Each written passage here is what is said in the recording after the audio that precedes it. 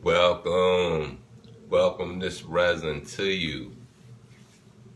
You're with the Nasty Pastor.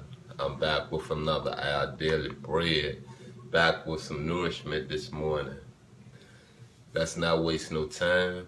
Let's go and get into this. And today's Our Daily Bread comes from Genesis 9:11-17, Colors of Hope.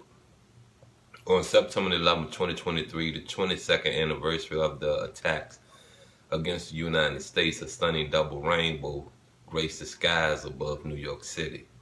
Home to the former Twin Towers, this city suffered the greatest losses in the attacks. More than 2 decades later, the double rainbow brought a sense of hope and healing to those who were there to see it. A video clip of the moment seemed to capture the rainbows emanating from the site of the World Trade Center itself. Rainbows in the sky have brought an assurance of God's faithfulness since the days of Noah.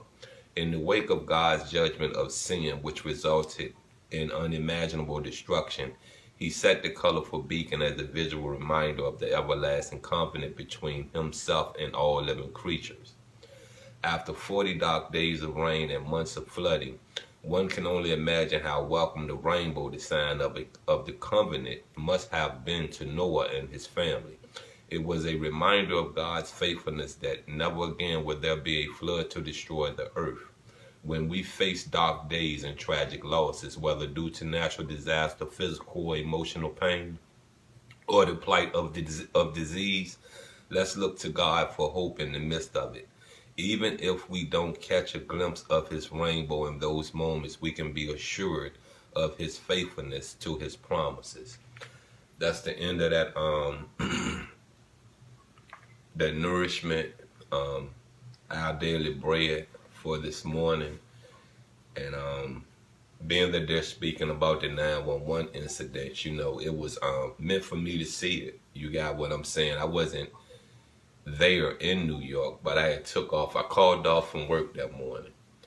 A little bit under the weather, didn't feel like going. And usually me, I sleep with the TV on. TV runs 24 hours a day, but my youngest son mom went out to work, you know what I mean? She worked the morning, I worked, I started working mornings also. She worked the morning, she left. I'm just laying in the bed, and as the second plane was entering the tower is when I was waking up. So I'm waking up looking at this plane go right into this tower, and I immediately called my youngest son mom and got to talking to her to see if she knew anything about it, and she knew nothing, you know what I mean? She was doing security.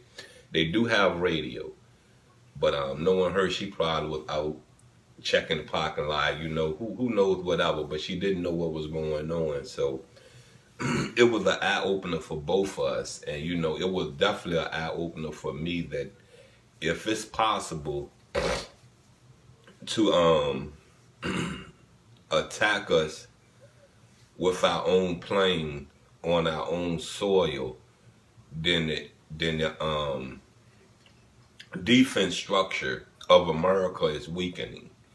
So I started, really paying attention to a lot. Love the news now.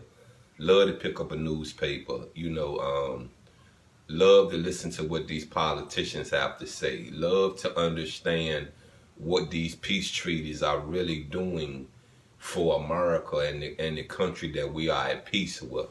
So I just want to say that, life is colorful.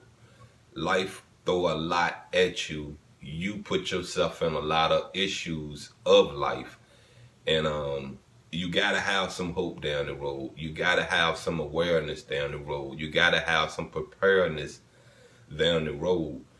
And preparing yourself is the same as, finding hope in whom we pray to. It's basically really the same. You got what I'm saying? Whom you pray to gave you the common sense to say, let me stack this pantry closet. Let me stack this closet. Let me stack this corner up in my home with water and canned goods in case this natural disaster really come.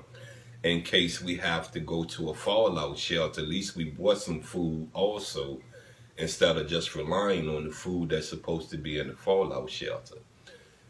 So all that's a part of whom you pray to strengthening you. You're finding strength in whom you pray to. So stay woke, stay up, stay ahead of yourself, and 911 was a big tragic in America. It was our Pearl Harbor of our generation. You understand what I'm saying? There's a generation on this earth that lived through Pearl Harbor. Now, my generation, we got to witness, a plane, the same as it was planes bombing Pearl Harbor. But this just was one passenger plane. Boom. You understand what I'm saying?